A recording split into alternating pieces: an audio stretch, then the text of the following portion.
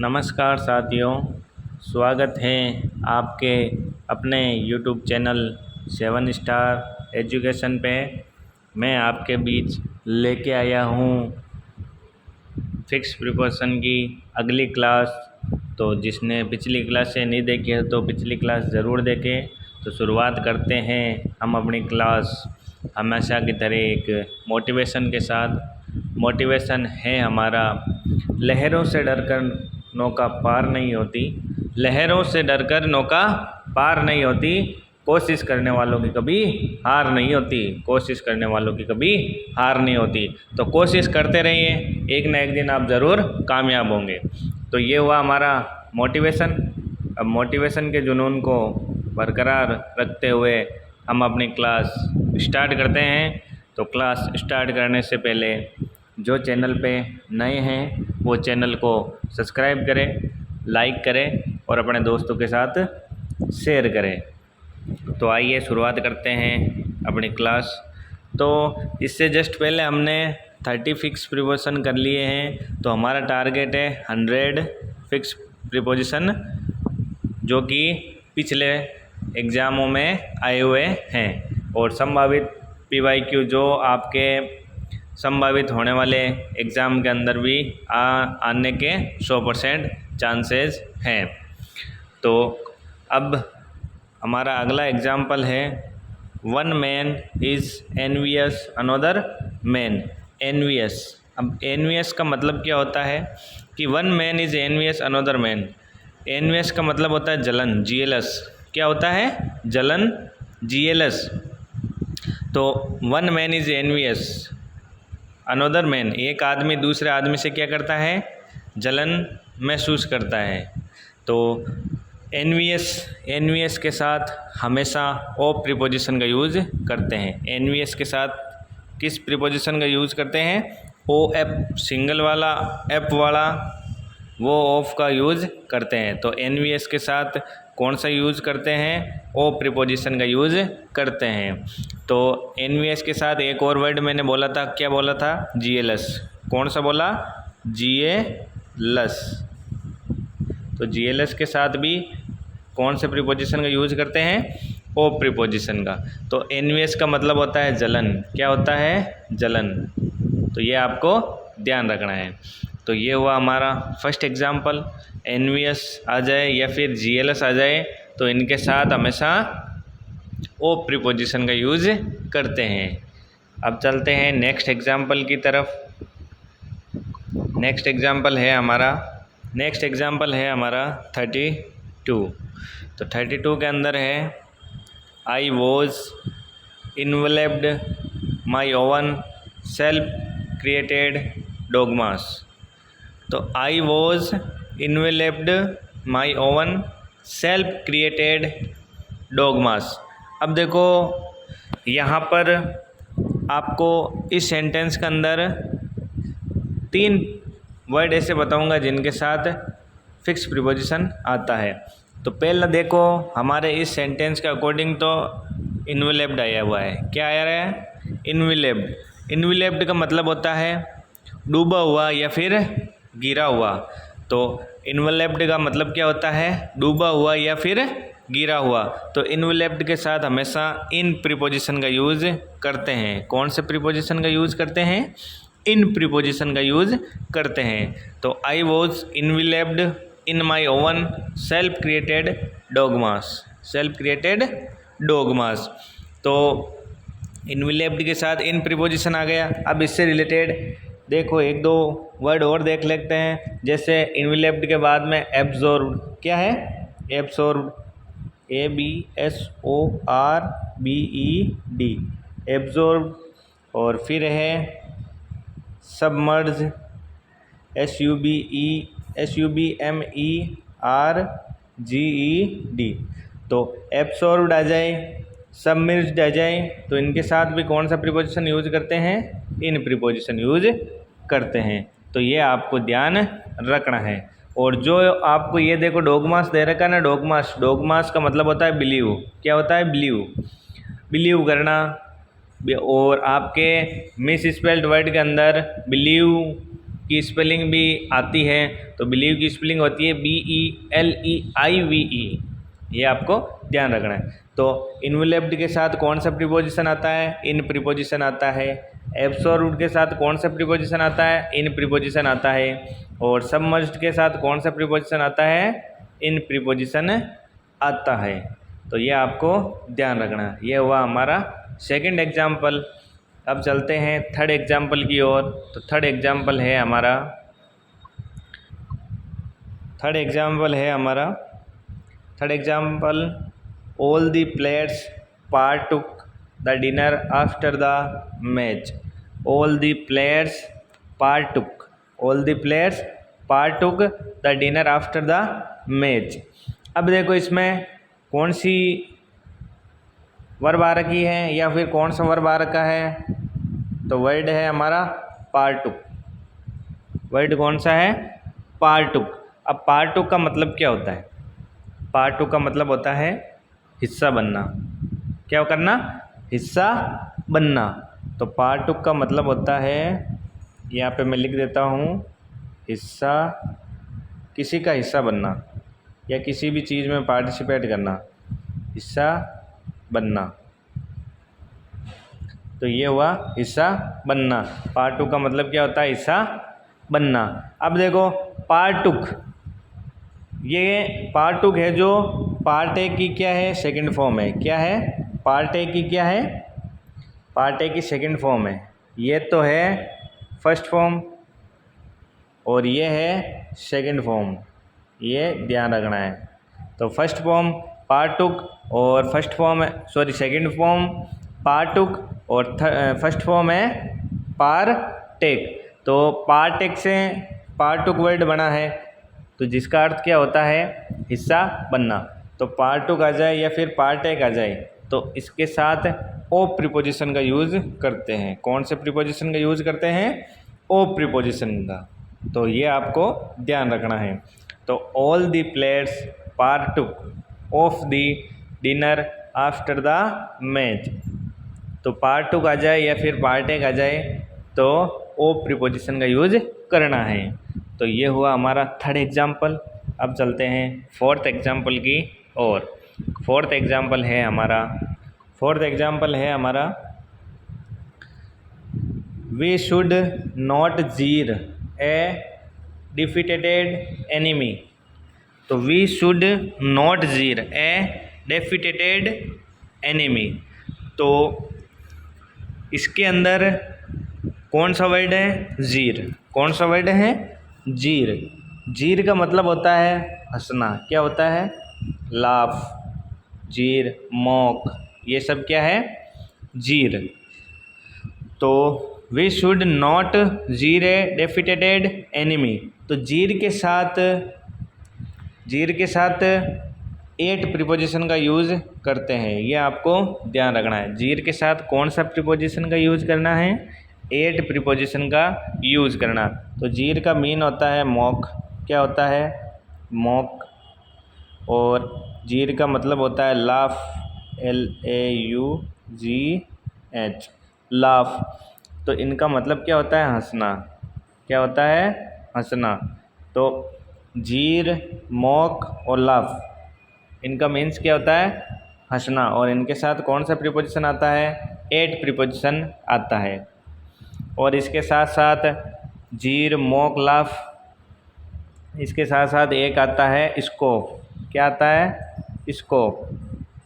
Scope के साथ भी हम किसका यूज़ करते हैं? एट प्रीपोजिशन का यूज़ करते हैं। तो ये आपको बातें ध्यान रखनी है। तो वी शुड नॉट जीर एट ए डिफीटेड एनिमी। तो जीर आ जाए, मॉक आ जाए, लाफ आ जाए और स्कोप आ जाए तो इनके बाद में कौन सा प्रीपोजिशन यूज़ करते हैं? एट प्रीपोजिशन का यूज़ करते हैं। तो हमने 4 एग्जाम्पल कर लिए हैं। तो यहाँ तक किसी को भी किसी प्रकार का कोई डाउट हो तो कमेंट बॉक्स में ज़रूर पूछें। अगर आपको कोई डाउट होगा तो उस डाउट का क्लियर मैं 100% करूँगा। और जो चैनल पे नए जुड़ रहे हैं वो चैनल को सब्सक्राइब करें, लाइक करें और अपने दोस्तों के साथ शेयर करें और क्लास के एंड तक भी ज़रूर बने रहें। अब चलते हैं अगले सेंटेंस की ओर। अगला सेंटेंस की ओर चलने से पहले, लहरों से डरकर नौका पार नहीं होती, लहरों से डरकर नौका पार नहीं होती, लाइक शेयर कमेंट करने वालों की कभी हार नहीं होती, लाइक शेयर कमेंट करने वालों की कभी हार नहीं होती। तो लाइक शेयर कमेंट ज़रूर करते रहें, इसमें कंजूसी ना करें। मैं आपके लिए इतना कर रहा हूँ तो आप भी मेरे लिए लाइक शेयर ज़रूर करें ताकि मेरा हौसला बना रहे। तो अब चलते हैं नेक्स्ट एग्जाम्पल की तरफ। नेक्स्ट एग्जाम्पल है हमारा you must get rid unnecessary things. You must get rid unnecessary things. तो अब देखो, you must get rid, read का मतलब क्या होता है? RID, रीड, रीड का मतलब होता है छुटकारा पाना। क्या है? छुटकारा, छुटकारा। तो रीड का मतलब होता है छुटकारा पाना, और डिस्पोज का मतलब भी क्या होता है? छुटकारा पाना। तो रीड का मतलब होता है छुटकारा पाना। You must get rid unnecessary things. जो भी अननेसेसरी बातें हैं उससे क्या है, तुम्हें जो छुटकारा पा लो। तो रीड के साथ कौन सा प्रीपोजिशन आता है? ओ प्रीपोजिशन आता है। कौन सा प्रीपोजिशन आता है? OF, सिंगल वाला ऑफ आता है ना, वो आता है OF के अंदर। और आपको एग्ज़ाम में दे रखा होगा OFF। तो OFF नहीं करना है, क्योंकि OFF प्रीपोजिशन का हम किसी चीज़ से अलग होने के संदर्भ में भी करते हैं। तो उस ऑफ में और इस ऑफ में डिफरेंट है, तो ये आपको ध्यान रखना। और वैसे मैंने प्रीपोजिशन की क्लास में बता रखा है आपको। तो you must get rid of unnecessary things, तो ऑफ का आ गया ये, और ये आपको ध्यान रखना है। तो रीड के साथ ऑफ प्रीपोजिशन का यूज़ करना, और इसके साथ साथ एक है डिस्पोज। क्या है? डिस्पोज। तो डिस्पोज के साथ भी ऑफ प्रीपोजिशन का यूज़ करते हैं। तो you must get rid of unnecessary things, dispose of, read of. तो ये हुआ हमारा 5th एग्जाम्पल। तो रीड के साथ, डिस्पोज के साथ हमेशा ऑफ प्रीपोजिशन का यूज़ करते हैं, यह आपको ध्यान रखना है। अब चलते हैं नेक्स्ट एग्जाम्पल की तरफ। नेक्स्ट एग्जाम्पल है हमारा that young man is a very keen, that young man is a very keen cycling. तो that young man is very keen cycling. तो कीन का मतलब क्या होता है? कीन, और कीन के साथ कौन सा प्रीपोजिशन आता है? वो। अब देखो, कीन का मतलब क्या होता है? इच्छुक, किसी के प्रति इच्छुक, इच्छा व्यक्त करना या फिर किसी चीज़ के प्रति हमारी इच्छा होना। तो कीन का मतलब क्या हो गया? इच्छुक। क्या हो गया? इच्छुक। That young man is very keen on cycling. That young man, जो यंग मैन है वो वेरी इच्छुक है, बहुत ही इच्छुक है किसके? साइकिलिंग के। तो यहाँ पे कौन सा प्रीपोजिशन आएगा? ऑन प्रीपोजिशन आएगा। कौन सा प्रीपोजिशन? ऑन। तो that young man is very keen on cycling. जो यंग मैन है वो साइकिल के इच्छुक हैं, साइकिल चलाने के इच्छुक हैं। तो that young man is very keen on cycling. तो ये हुआ हमारा 6 नंबर एग्ज़ाम्पल।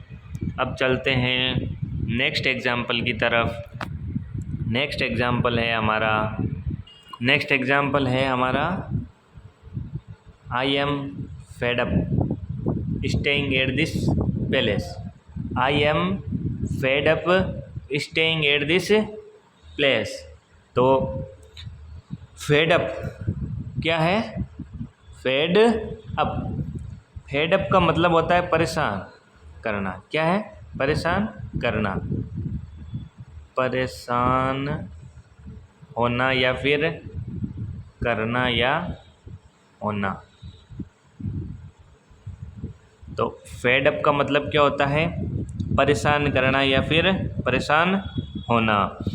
तो फेड अप के साथ हमेशा विथ प्रीपोजिशन का यूज करते हैं। कौन से प्रीपोजिशन का यूज करते हैं?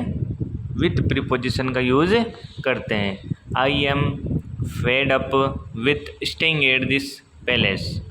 तो आई एम फेड अप, मैं परेशान हूँ, स्टेइंग एट दिस पैलेस, जहाँ मैं खड़ा हूँ उस पैलेस से मैं क्या हूँ? परेशान हूँ। तो I am fed up with staying at this palace. तो ये हुआ हमारा 7th एग्जाम्पल। अब चलते हैं नेक्स्ट एग्जाम्पल की तरफ। नेक्स्ट एग्जाम्पल है हमारा, देखते हैं नेक्स्ट एग्जाम्पल कौन सा है। नेक्स्ट एग्जाम्पल है हमारा, the store house was infested rats. The store house was infested rats. अब देखो इन्फेस्टेड का मतलब क्या होता है? इन्फेस्टेड के साथ कौन सा प्रीपोजिशन आता है ये देखते हैं हम। पहले तो इसका मीन्स देखते हैं। मीन्स का मतलब इसका अर्थ क्या होता है। तो the store house was infested. Infested का मतलब होता है भरा हुआ। क्या होता है? भरा हुआ। इन्फेस्टेड का मतलब भरा हुआ, भरा हुआ। तो the store house was infested, भरा है। द स्टोर हाउस है जो भरा हुआ है, किससे? रेट से। तो इन्फेस्टेड के साथ कौन सा प्रीपोजिशन आएगा? विथ प्रीपोजिशन आएगा। कौन सा प्रीपोजिशन आएगा? विथ प्रीपोजिशन आएगा। तो इससे पहले हमने एक वर्ड भी देखा था, फेड अप। फेड अप के साथ भी हमने कौन सा प्रीपोजिशन लगाया है? विथ लगाया है। तो इससे आपको रिलेट करके एक एक करके इसको पढ़ना है ताकि आपको याद करने में, समझने में आसानी हो। तो the store house was infested with rates. Store house है जो रेट से भरे हुए हैं, चूहों से भरे हुए। रेट्स का मतलब क्या होता है? चूहे। तो the store house was infested with rates. तो इन्फेस्टेड के साथ कौन सा प्रीपोजिशन आता है? इन्फेस्टेड के साथ विथ प्रीपोजिशन आता है।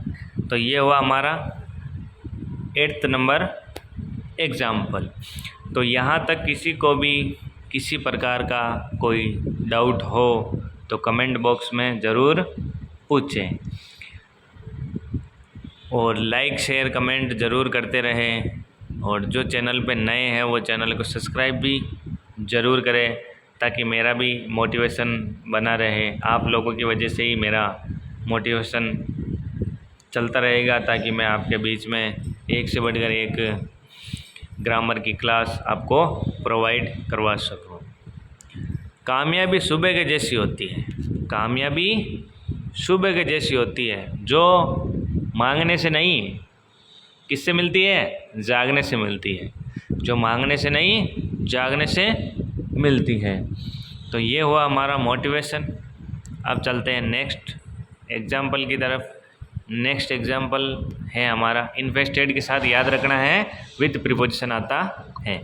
इन्फेस्टेड के साथ विथ प्रीपोजिशन आता है। अब देखते हैं नेक्स्ट एग्जाम्पल। नेक्स्ट एग्जाम्पल है हमारा, beware back beaters. Beware back beaters. Beware आपको अधिकतर जगहों पे ये वर्ड देखने को मिलता है, beware. Beware the dogs, beware of dogs, beware of Lions. Beware का मतलब क्या होता है? बीवेयर का मतलब होता है सावधान। क्या होता है? सावधान। बीवेयर का मतलब होता है सावधान। तो beware of back beaters. Beware के साथ कौन सा प्रीपोजिशन आता है? ऑफ प्रीपोजिशन आता है, ओ एफ, ऑफ। तो beware of back beaters. Back beaters का मतलब होता है पीछे बोलने, पीठ पीछे बोलने वाले। पीठ पीछे बोलने वालों से क्या रहे? सावधान रहे। Beware of back beaters. तो बीवेयर आपको ध्यान रखना है, BEWARE, beware, BEWARE, beware. Beware का मतलब सावधान। OF के लिए, किसके लिए? सावधान किसके लिए? Back beaters. बैक बीटर्स का मतलब होता है पीठ पीछे। क्या है? पीठ पीछे।